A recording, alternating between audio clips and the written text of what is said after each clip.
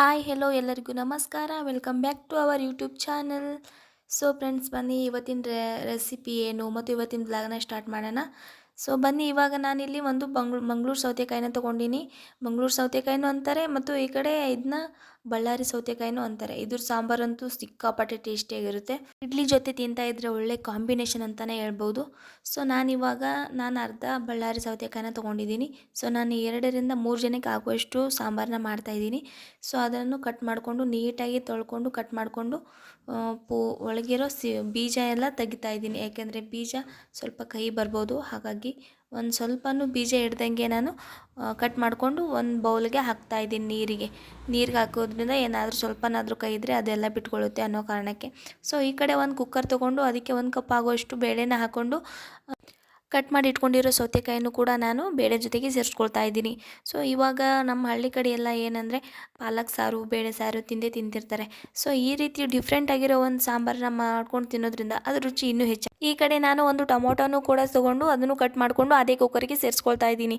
ಸಾಂಬಾರಿಗೆ ಮೇನ್ ಬೇಕಾಗಿರೋದು ಟೊಮೊಟೊ ಮತ್ತು ಹುಣಸೆ ಹಣ್ಣು ಅಲ್ವಾ, ಹಾಗಾಗಿ ನಾನು ಒಂದು ಟೊಮೊಟೊ ತೊಗೊಂಡು ಕಟ್ ಮಾಡಿಕೊಂಡು ಹಾಕ್ಕೊಳ್ತಾ ಇದ್ದೀನಿ.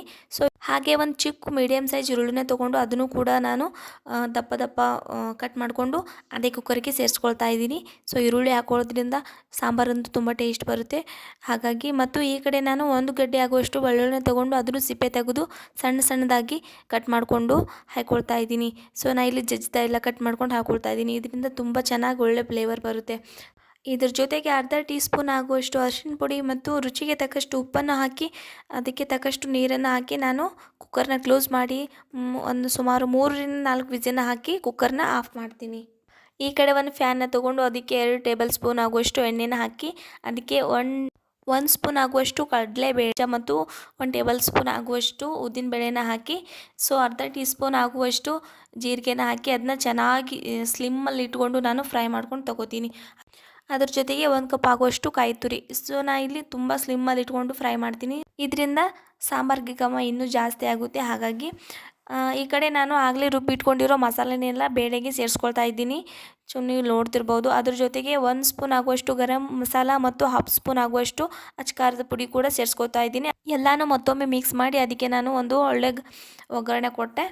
ಆಮೇಲೆ ನಾನು ಈ ಕಡೆ 1 ರಿಂದ 2 ತುಂಡು ಆಗುವಷ್ಟು ಬೆಲ್ಲನೂ ಕೂಡ ನಾನು ಸಾಂಬಾರಿಗೆ ಸೇರಿಸ್ಕೊಳ್ತಾ ಇದ್ದೀನಿ. ಇದರಿಂದ ರುಚಿ ಇನ್ನೂ ಜಾಸ್ತಿ ಆಗುತ್ತೆ.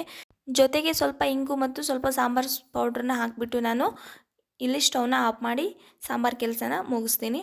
ಸೊ ಈ ಕಡೆ ನೀವು ನೋಡ್ತಿರ್ಬೋದು ಇಡ್ಲಿಗೆ ರೆಡಿ ಮಾಡ್ಕೊಳ್ತಾ ಇದ್ದೀನಿ.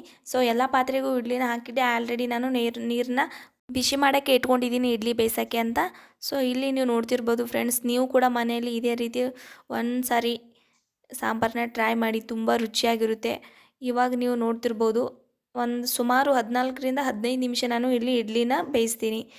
ಈ ಒಂದು ವಿಡಿಯೋ ನಿಮಗೆ ಇಷ್ಟ ಆಗಿದ್ರೆ ಒಂದು ಲೈಕ್ ಕೊಟ್ಟು ಸಬ್ಸ್ಕ್ರೈಬ್ ಮಾಡ್ಕೊಳ್ಳಿ. Thank you for watching.